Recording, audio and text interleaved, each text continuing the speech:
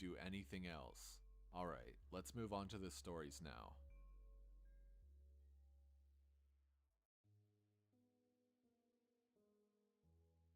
The first happened on a case that I went on right after I got out of training and I was still pretty new to everything. Before I took this job, I was a volunteer, so I had a basic idea of what to expect. But on those calls, you're mostly dealing with finding lost people after vets have found signs of them. As a search and rescue officer, you go out for all kinds of cases, from animal bites to heart attacks. This case got called in early in the morning from a young couple who were up on one of the trails that goes by the lake. The husband was completely hysterical and we couldn't really figure out what was going on. We could hear the woman screaming in the background and he was begging us to come up there right away. When we get there, we see him holding his wife and she's got something in her arms. She's screaming these awful, almost animal-like screams and he's sobbing. He sees us and he screams at us to go help them and to please get an ambulance up there. Now, obviously we can't just drive an ambulance up the walking path, so we ask him if his wife needs help or if she can walk on her own. He's still hysterical, but he manages to tell us that Hey. it's not his wife that needs help. I go over while one of the vets tries to calm him down and I ask his wife what's going on. She's rocking back and forth, holding something, and just shrieking over and over again. I crouch down and see that whatever she's holding is covering her with Welcome blood. back, That's everybody. when I Thank you notice for the sling on her coming front, back. and my heart sinks. Welcome I aboard the ask her to Space tell me what's Atlas going with your on, and I captain, sort Mr. of pry NSA, her arms Mr. Ninja gently Spy open so I Alchemist. can see what she's And we're holding. going to try to It's speed up her this baby, little Photoshop obviously process. dead. His head is caved in on one side and But he's in the covered meantime, with we're going to listen to scratches. more scary Now, stories. I've seen dead bodies before, but something about this whole situation just hit me really hard. I have to take a second to compose myself, and I get up to go get Hold a on. loose patch of soil. I haven't seen a lot of animal bites in my time as a search and rescue officer, mostly because there aren't that many animals that come around the area. While there are bears in the area, they tend to stay pretty far away from people, and sightings are highly unusual. Most of the animals you'll see are the small ones, like coyotes, raccoons, or skunks. What we do see frequently, though, are moose. And let me tell you, moose are nasty fuckers. They'll chase after anything for any reason, and God help you if you get in between a female and its baby. One of the more amusing calls was a guy who'd gotten chased down by an absolutely massive male moose and was stuck up in a tree. Took us almost an hour to get him down, and when he was Oh finally on man, imagine solid that. ground again, he looks at me and says, God damn, them fuckers is big up close. I guess that's not really a scary story, but we still laugh about that one.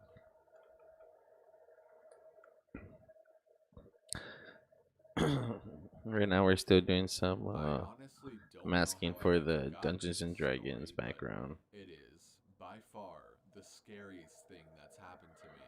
Yeah, I and just guess maybe I've tried so long to forget about it that it just didn't come to mind right away. As someone who spends literally all of their time in the woods, you don't ever want to let yourself get scared of being alone or out in the middle of nowhere. That's why when you have experiences like this, you tend to just forget about them and move on. This is, to date, the only thing that's ever made me seriously consider if this job is the right one for me. I don't really like talking about it much, but I'll do the best I can to remember it all. As I recall, this took place right at the end of spring. It was a typical lost child call. A 4-year-old girl had wandered away from her family's campsite and had been missing for about 2 hours. Her parents were completely despondent and told us what most parents do. My kid would never wander away. She's so good about staying close. She's never done anything like this before. We assure the parents that we'll do everything we can to find her, and we spread out in standard search formation. I was partnered with one of my good buddies, and we were sort of casually holding a conversation while we hiked.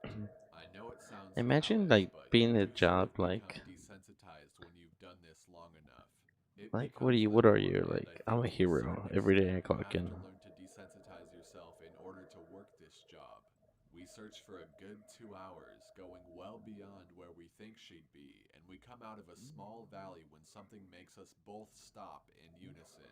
We freeze and look at each other, and there's almost a sensation like a plane depressurizing. My ears pop, and I have this odd sensation of having dropped about 10 feet. I start to ask my buddy if he felt that, but before I can, we hear the loudest sound I've ever heard in my life. It's almost like a freight train passing directly by us, but it's coming from every direction at once, including above and below us. He screams something at me, but I can't hear him over this deafening roar. Understandably freaked out, we look all around us trying to find the source of the sound, but neither of us sees anything. Of course, my first thought is a landslide, but we're not near any cliffs, and even if we were, it would have hit us by now. The sound goes on, and we're trying to yell to each other, but even standing close together, we can't hear anything but this sound. Then, as suddenly as it started, it stops, like someone flipped a switch and cut it off. We stand there for a second, perfectly still, and slowly, normal sounds of the woods come back. He asks me what the fuck just happened, but I just kind of shrug, and we stand there looking at each other for a minute. I get on the radio Imagine and that ask if shit. anyone had just heard the end of the fucking world, but no one else hears it, even though we're all within shouting distance of each other. My buddy and I just sort of shrug it off and keep going. About an hour later, we all check up on the radios, and no one has found the little girl. Most of the time, we won't search when it gets dark, but Aliens. because we don't have any kind of lead on her, a few of us decide to keep going, including me and my buddy. We keep close together, and we're calling out for her every couple of minutes. At this point, I'm hoping beyond hope that we find her, because while I may not like kids, the idea of them being out all alone in the dark is awful. The woods can be intimidating to kids in the daylight. At night, well, it's a whole different beast. But we're not seeing any signs of her or getting any responses, and around midnight, we decide to turn around and head back to Ooh, the I want to rendezvous. become famous. We are about halfway Super back when my famous. buddy stops and shines his light to the right of us into a really thick deadfall, or a group of dead trees. I ask him if he's heard a response, but he just tells me to be quiet for a second and listen. I do, and in the distance, I can hear what sounds like a kid crying. We both call the girl's name and listen for any kind of response, but it's just really, really faint crying. We head in the direction of this deadfall and go around it, calling her name over and over. As we get closer to the crying, I start getting this weird feeling in my gut, and I tell my buddy that something isn't right. He tells me that he feels the same way, but we can't figure out what it is. We stop where we are and call the girl's name again, and at the same time, we both figure it out. The crying is on a loop. It's the same little hitching sob, then wail, then quiet hiccup, repeated over and over. It's exactly the same every It's a time. fucking trap. Without saying another word, we both take off running. It's the only time I've ever lost my composure like that, but something about it was just so incredibly wrong, and neither of us wanted to stay out there anymore. When we get back to the rendezvous, we ask if anyone else has heard anything strange, but No, we don't need no one this. else knew what we were talking about. I know it sounds sort of anticlimactic, but that call fucked me up for a long time. As for the little girl, we never found a trace of her. We keep an eye out for her and That's all like the some other Slenderman people shit. we've never found, but frankly, I doubt we'll ever find anything. Probably some crazy shit just to be like, Of all the missing persons calls we've knowing gone someone's out out there on, and you just only a can't do shit about handful it. have ever resulted in complete disappearance, meaning no trace of the person and no body was ever found. But sometimes, finding a body just leads to more questions than answers. Here's a list of some of the bodies we've found that have become infamous in our team. A Yeah, teenage boy famous. whose remains were recovered almost a year after he vanished. We found the top of his skull, two finger bones, and his camera almost 40 miles from where he was last seen.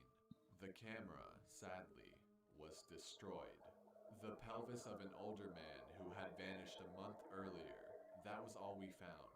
The lower jaw and right foot of a 2-year-old boy on the highest peak of a ridge in the southern part of the park. The body of a 10-year-old girl with Wow, Down imagine that shit. syndrome That's almost crazy. 20 miles from where she'd vanished.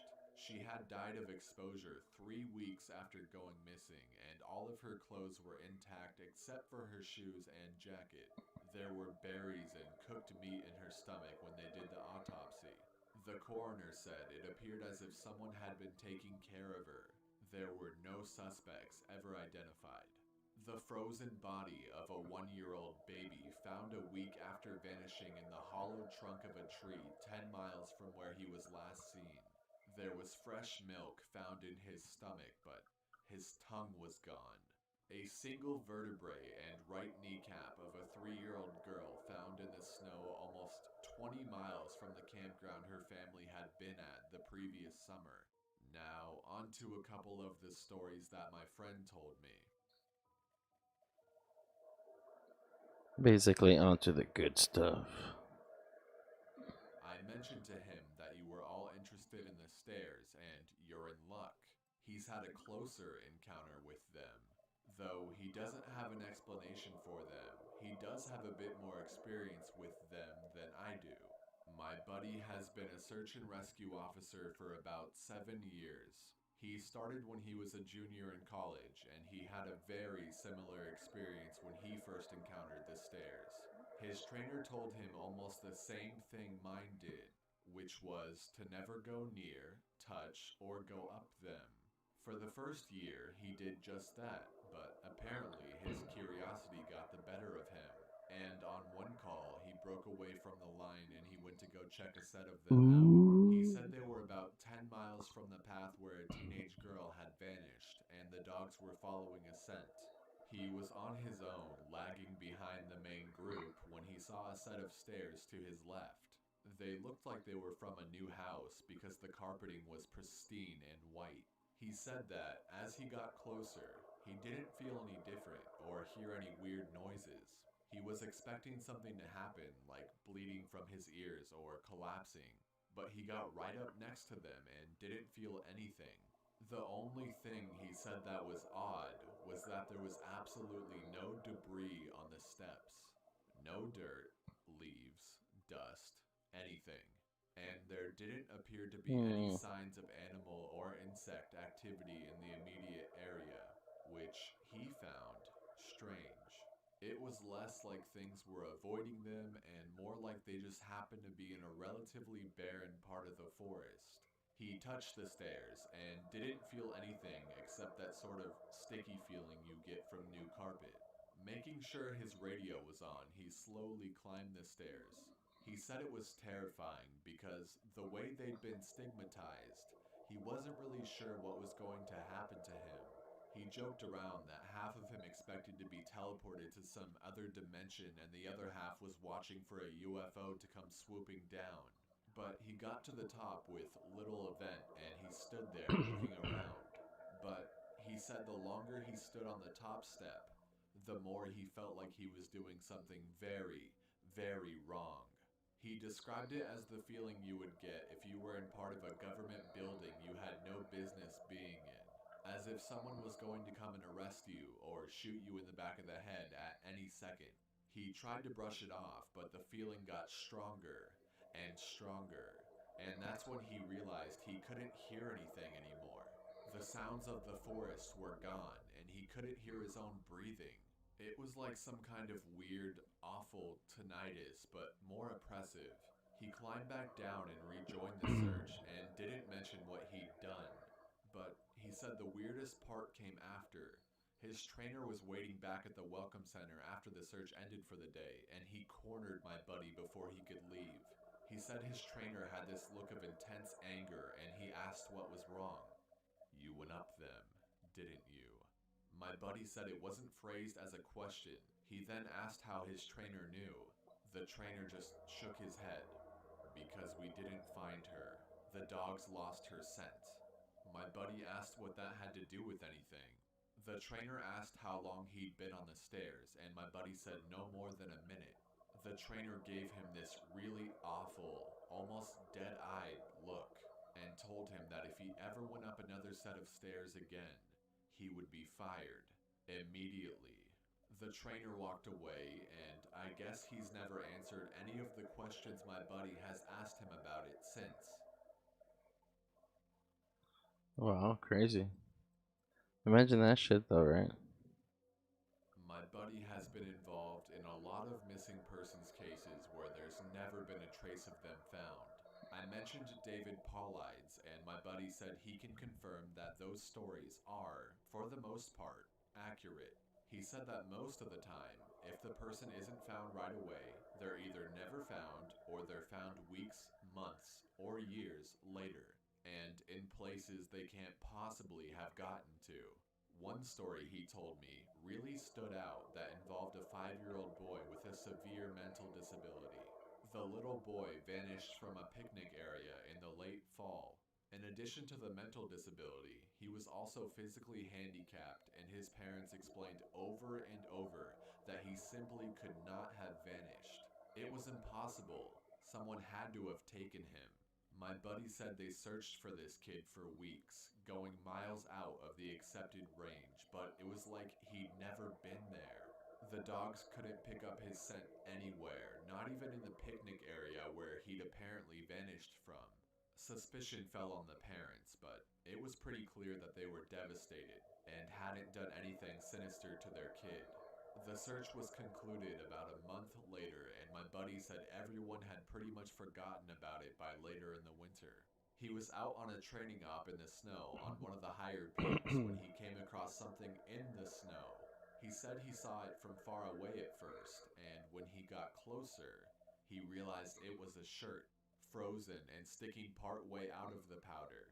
He recognized it as belonging to the kid because it had a distinctive pattern. About 20 yards away, he found the kid's body, laying partially buried in the snow. My buddy said there was no way the kid had been dead for any more than a few days, even though he'd been missing for almost 3 months.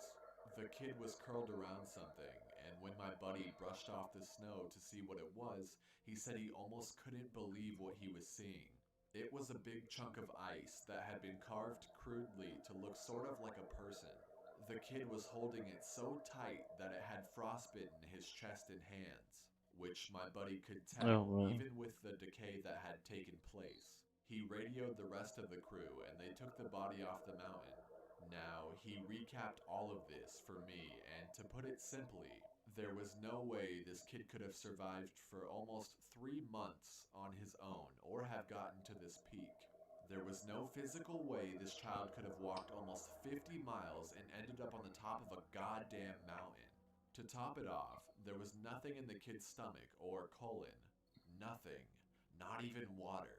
It was like my buddy said.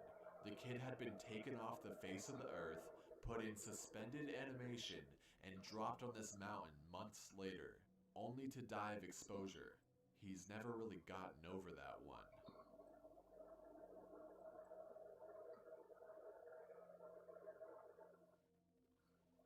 The last story I'll share from him was one that took place relatively recently, only a few months The ago. last They were story. out doing a recon for mountain lions because there had been several reports of sightings in the last couple of days. One of our jobs is to scout the areas where these animals are seen to ensure that if they are in that area, we can warn people and close off the trails. He was out on his own in a very heavily forested part of the park toward dusk when he heard what sounded like a woman screaming in the distance. Now, as most of you know, when a mountain lion screams, it sounds almost exactly like a woman being brutally murdered. It's unsettling, but far from abnormal. My buddy radioed back and let Ops know what he had heard and that he was going to keep going to see if he could figure out where its territory started. He heard the mountain lion scream a couple more times, always from the same spot, and determined the approximate area of the mountain lion's territory. He was about to head back when he heard another scream, this time only within a few yards of him. Of course, he freaks out and starts heading back at a much faster pace, because the last thing he wants is to run into a goddamn mountain lion and get mauled to death. As he got back on the path and started heading back, the screaming followed him and he broke into a jog. When he was about a mile from Ops, the screaming stopped, and he turned around to see if it was following him. It was almost night by this point, but he said in the distance, just before the path rounded a corner, he could see what looked Oh, like bugs got a me. male figure. He called out to them, warning them that the Oh, path was closed and that he needed to welcome. come We're back to listening the to welcome scary center. stories. The figure just Well, we finish stood this there, and my buddy started to walk over. When he was about 10 yards away, because the while I figure was telling took, the story, as I he was getting too described, distracted. an impossibly long step toward him and let out the same scream my buddy had been hearing. My buddy didn't even say anything. He just turned and sprinted back to Ops, never looking behind him. By the time he got back, the screaming had moved back into the woods. He didn't mention it to anyone else, just said that there was a mountain lion in the area and that they would need to close the path until the animal could be located and moved. I'm going to end this entry here. I'm going to be heading out on a yearly training op tomorrow morning, so I'll be gone until early next week. I'll be Oh meeting man, with a lot of former trainers and buddies who work in other areas of the park, and I'll be asking around about any stories they'd like to share. do Once you I'm have back from any this op, scary I'll continue to stories share them. or some UFO stories? That's pretty crazy too. Hey guys, I'm back from my training op, and I've Wow, got that a was lot of fast. really interesting stories to share with you. I've got enough that I'm going to break them into two parts, this being the first. I'd love to put them all in one entry, but I just haven't had the chance to write them all down yet. I Basically, I didn't need have more anything content. too crazy happen while I was out there, but we did have one incident with a rookie that I found relevant. I'll assign each batch of stories to the person who told them to me. Let's start with KD. KD is a vet who's been a search and rescue officer for about 15 years. She specializes in high elevation Hmm. mountain rescues and is widely considered one of the best in her field. She was one of the more enthusiastic storytellers, and since we were together a fair amount during exercises, she ended up telling me about four that really stuck with me. The first one she told me in response to me asking about her most traumatic calls. She shook her head and told me that really bad calls happen more frequently on the mountain since the potential for nasty accidents is higher. About 5 years ago, one of the parks she worked at had a string of disappearances. It was a bad year, she said. One of the worst on record as far as weather went. They were getting about a foot of new snow every couple of days, and there were a few avalanches that killed some climbers. They warned people about staying on the mapped areas, but of course, there's always those who don't listen. In one particular nasty case, an entire family got wiped out because the father decided he knew You better than got the wiped out. officials, and he took them into an area that wasn't safe. They were snowshoeing, and as best as KD can figure, they'd walked into a shelf of snow that looked solid but actually wasn't. It gave way, and this family went ass over tea kettle almost 300 feet down a slope. They Man, landed imagine on that rocks shit. at the bottom, and the parents died instantly. One of the kids did as well, but the other two survived.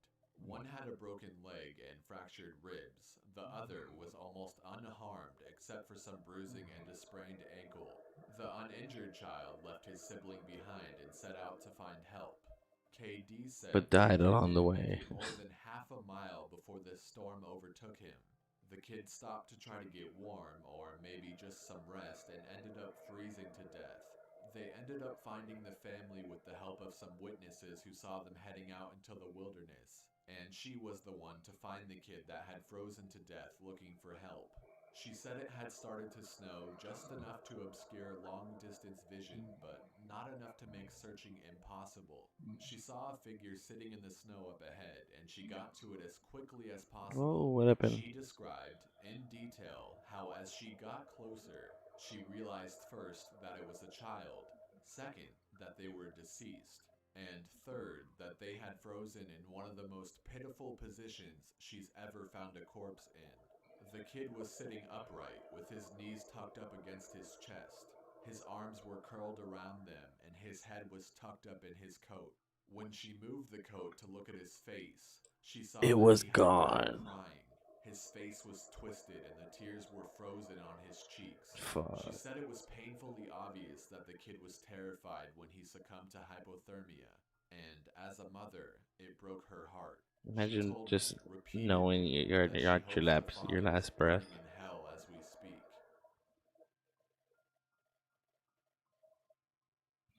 Man, that shit must be crazy. The other traumatic story she told me that stood out, in my mind, was one that happened when she was a rookie. Her team got a report of an experienced climber who hadn't come What home time the is it? previous day. Oh, we His still got wife some was time. convinced that something bad had happened because he'd never failed to come home on time. They went Ooh. out looking for him and had to climb what sounded like some very technically challenging parts of the mountain. They got to a relatively flat area, and KD started seeing blood in the snow. She followed the trail, and as she went, she started seeing little bits I mean, of imagine shit tissue. like this She happening. Like, wasn't sure exactly what body part it had come from, but the farther she followed it, the more there was.